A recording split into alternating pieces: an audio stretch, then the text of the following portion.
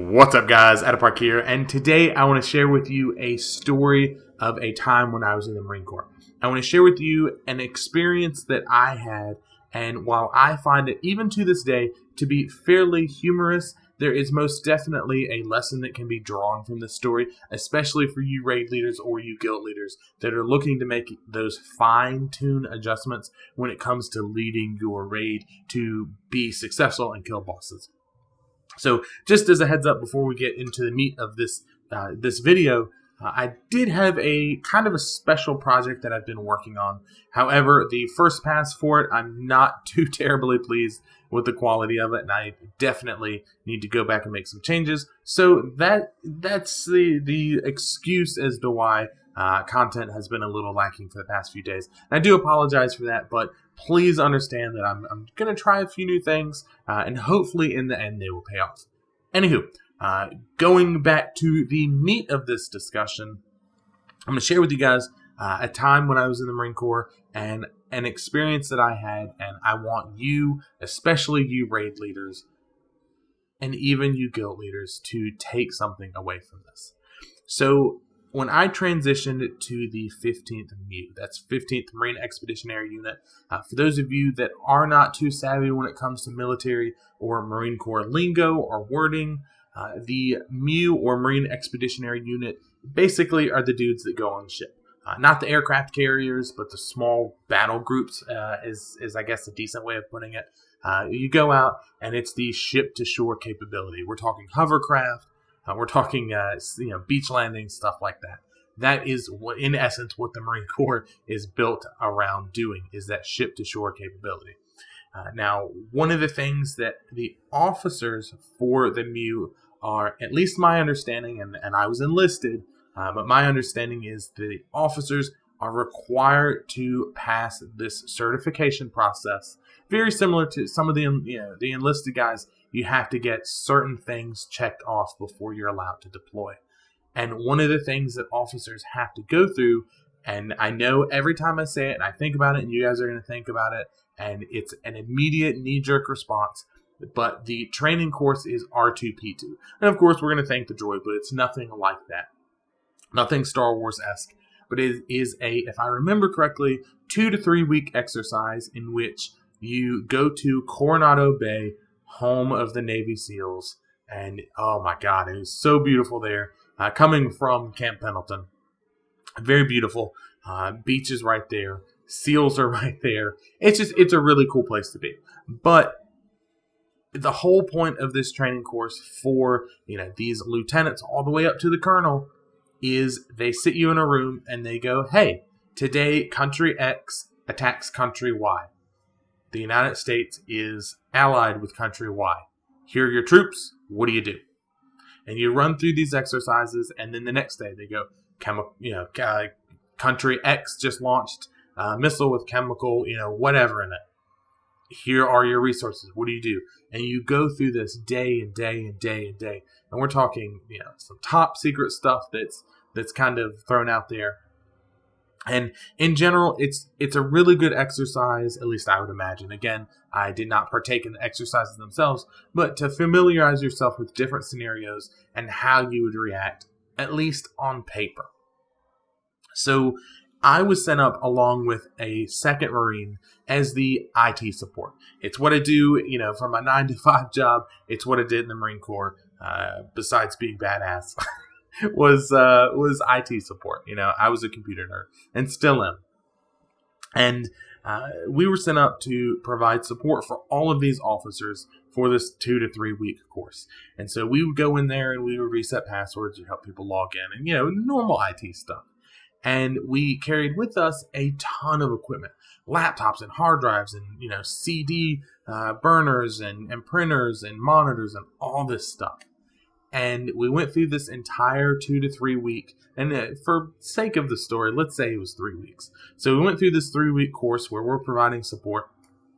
And, this is a everyday thing. This is a Saturday thing. This is a Sunday thing. This is a you don't get weekends and it's going to suck kind of thing. And once we were done, we packed up the van and we drove all the way back from Coronado Bay to Camp Pendleton, which is quite a drive. And again, we didn't get any downtime whatsoever. We were there early in the morning till late at night till everybody else left. First one's there and last one's to leave every freaking day. So we get all of this crap back up to Camp Pendleton, and we drive to the command post for the 15th MU. And I show up to my staff sergeant. I'm like, hey, staff sergeant, we're here. We got all the shit. We're going to offload it. What do you want us to do with it? And he's like, look, here's the deal. You guys haven't had an off day in 3 weeks. Get the crap up to, put this stuff here, that stuff there. Go home for the day. And we're talking it's, Thursday at 11 o'clock in the morning. Go home. Go play video games. Go drink beer. Go watch TV. I don't care what you do as long as you don't get in trouble. And so I began to offload the gear. And we're talking laptops and laptops and laptops and laptops. External, hard drives. And we're talking, 30, 40, 50 laptops. And it's just a nonstop stream of IT equipment. And as time goes on and I'm getting more and more tired, and that dream of being able to kind of relax in my barracks room and not have to worry about doing anything and just being able to enjoy some downtime gets to me. And I see the last 2 pieces of equipment that we have there. 2 printers. Now, today, looking back, they were some piece of shit printers. But I see 2 printers. And I decide, you know what? I'm going to be smart about this. Instead of making 2 trips from the van all the way up the double set of stairs to the 15th MU's area, I'm going to instead stack 1 printer on another printer, and I'm going to carry them up there. Now, mind you, at 19, 20 years old, I was a very strapping young Marine. I mean, as the majority of us are at that time period, very physically fit, didn't think it would be any trouble whatsoever. And hopefully you guys can see where I'm going with this. I stack both printers up, and I get up that first flight of steps, not a problem.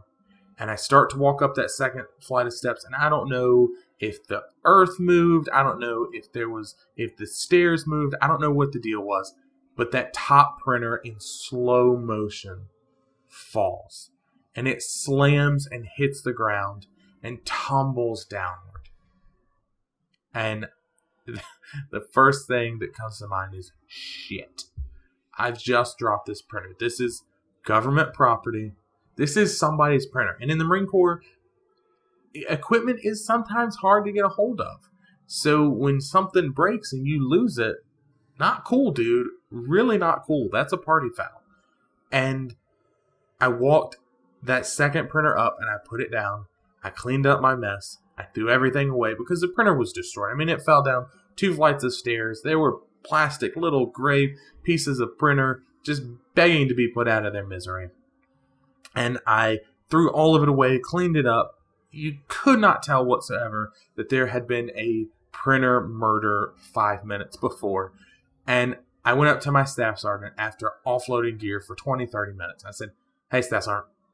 And he's like, hey, what's up? I was like, hey, just a heads up. I just dropped one of those fucking printers. It busted all on the stairs. Sorry. I didn't know what to, I was expecting to get my ass chewed, to have to go out and buy a new printer or whatever. And he looks at me for half a second. And I'm thinking, in that half a second, that's a long time for Staff Sergeant to be looking at you. And he says, that's Radio Battalion's printer. And I go, okay. And he goes, so I really don't care what happened to it. Did you clean the shit up? And I look at him and I'm like, yeah, I cleaned it up. I swept it all up. He's like, get the fuck out of here. Nobody cares. And the moral of the story here, the lesson that I especially want you raid leaders to think about, and definitely for the guild leaders, but at least in my head, the raid leader is the one that is putting a lot of pressure on the raid. Every raid night, that raid leader is fine-tuning and making adjustments. And that may mean that you have to choose someone out. That might mean that you have to pull someone aside and you might have to give them a stern talking to that's not so friendly because it is for the betterment of the raid and the guild as a whole, or the group if you are not in a guild. And the life lesson that I'm trying to share with you guys is you can push your guys far. You can push them and push them and push them. But every once in a while, you need to kind of take a step back and look at the situation, look at the environment, look at all of the variables. And sometimes you need to say to yourself, it's not that big of a deal. Is that guy putting forth 100%? Is he putting forth 200% and he missed an interrupt? Or, that guy has shown up every night for raiding for the past year, and he's taking his girlfriend out for an anniversary and he didn't log in. And he told you, but now you're down a player. Do you rip him a new one? What is the scenario behind it? Let's take a step back and look at the whole picture. It wasn't our printer. I had been gone for 3 weeks, busting my ass while the rest of the guys in my platoon got nights and weekends off. And if I remember correctly, there was a holiday in there. And for government, that means that you get extra time off. And they got to go see mom and girlfriend and wife and drink beer and eat burgers. And I got to sleep next to a dude in a barracks room. And that was it for 3 weeks. And look at the situation and go, look, it's not that big of a deal. Let's not worry about it. The mess has been cleaned up. It's been fixed. We're done. And that's what I want you guys to take away from this. Thank you for watching this video. If you like this content, please hit that like button or hit that subscribe button if you want to see more content like that. It very much so encourages me to make more of what you are watching right now. You can follow me on Twitter. My Twitter handle is going to be in the description box below. Leave a comment if you want to. And until next time, guys, I'll see ya.